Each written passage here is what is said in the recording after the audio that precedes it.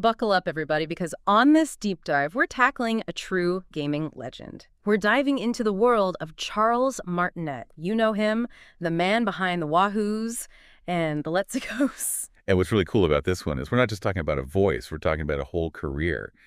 Martinet's journey, it kind of mirrors the way video games themselves have evolved, you know? Oh, absolutely. From those early days to now, it's a whole different world. And speaking of worlds, Martinet's journey to becoming a video game icon, it actually starts a world away from the Mushroom Kingdom. Picture this.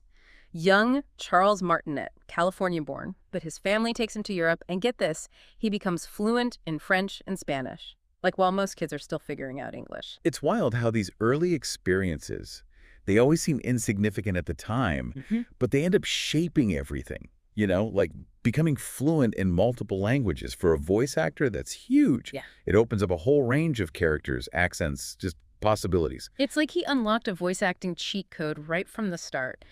But wait, it gets even more interesting. This linguist, this world traveler, he decides to dive headfirst into international law. International law, you'd think courtroom, not recording booth, right? And this is what I love about these deep dives. You start to see the connections, you know, because studying law, it's not just about memorizing a bunch of rules. It's about understanding arguments, about motivations, about building a case. And when you think about it, aren't those the same skills you need to really understand and embody a character? Whoa, I never thought about it like that. He was training for his future career without even realizing it. It's like a real-life RPG, leveling up his persuasion and analysis skills. Oh. But hold on, because just when you think you've got this guy figured out, life throws a curveball stage fright.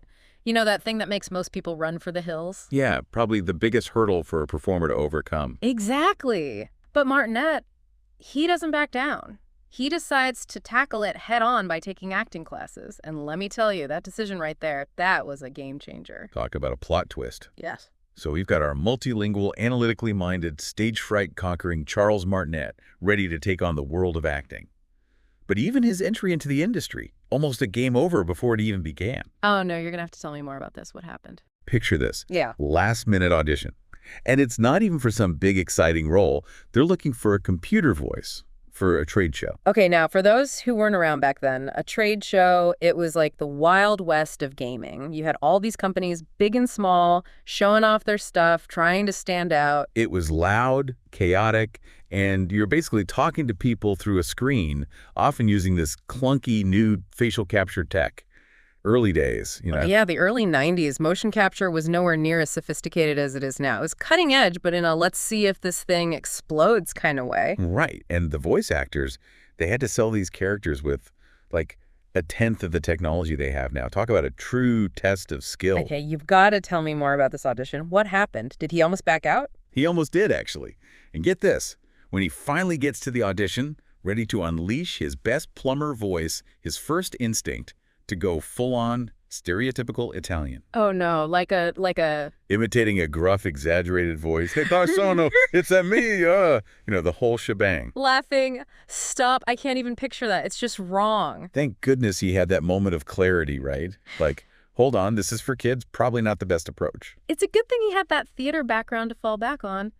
Berkeley Repertory Theater, training in London. This wasn't some amateur hour audition. No kidding. He was working with some serious acting chops. And, you know, he's actually said that the inspiration for Mario's voice, the one we know and love, came from Shakespeare. Shakespeare. As in, to be or not to be Shakespeare? The one and only. Apparently, The Taming of the Shrew was a big influence. Hey. Who knew Mario had such highbrow literary roots? This is blowing my mind. So we've got Shakespeare, we've got a last-minute change of heart, all culminating in this iconic, it's a me, Mario. That's what, 3 decades old at this point? Crazy, right?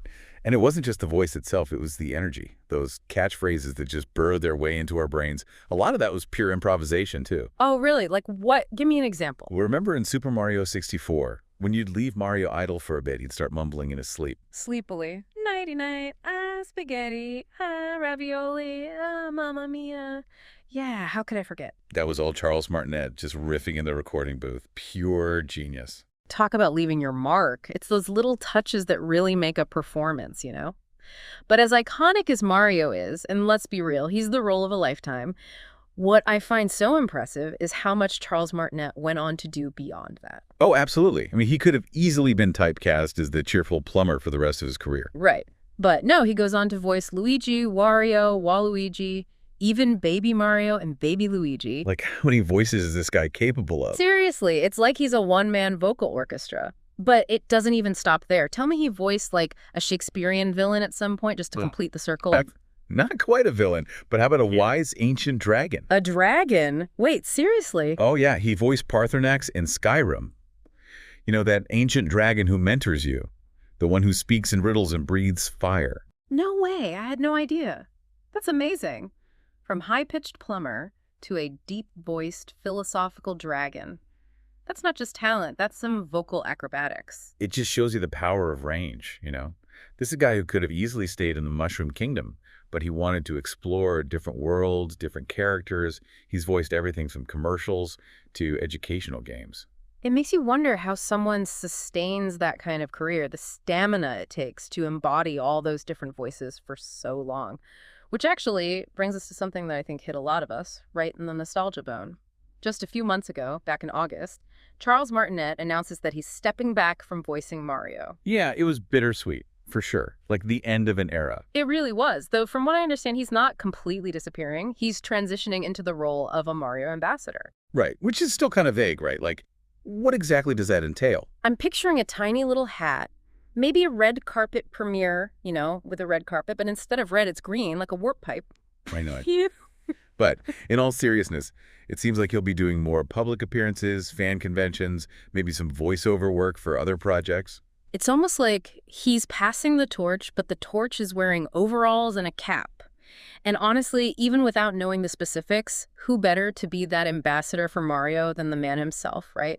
But it does make you think, this whole idea of a voice really shaping a character's identity, especially when it comes to adaptation. Oh, for sure. And you can't talk about Charles Martinet's legacy without bringing up the, shall we say, passionate reactions to the casting of Chris Pratt as Mario in that animated movie. Oh, yeah. The internet had some thoughts. To put it mildly, people were ready to boycott before they even heard him say wahoo. Which, I get it. You grow up with a certain voice, it becomes so tied to the character. It's like hearing your favorite song, but with a totally different singer. It hits different. It makes you realize how deeply personal these performances are, you know, Mm-hmm. especially in video games where you're spending hours with a character.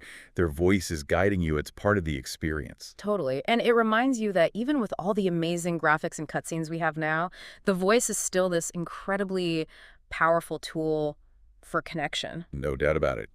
Charles Martinet, he didn't just give a voice to Mario. He gave a voice to, like, a whole generation's love for gaming.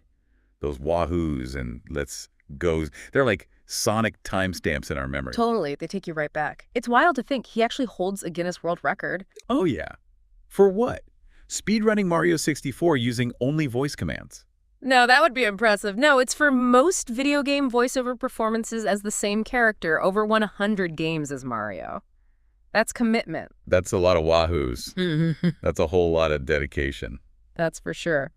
And while we've really just scratched the surface today, from those early days of facial capture to that incredible range of characters, one thing's for sure, Charles Martinet's impact on voice acting and on gaming as a whole, it's huge. Absolutely massive. Yeah.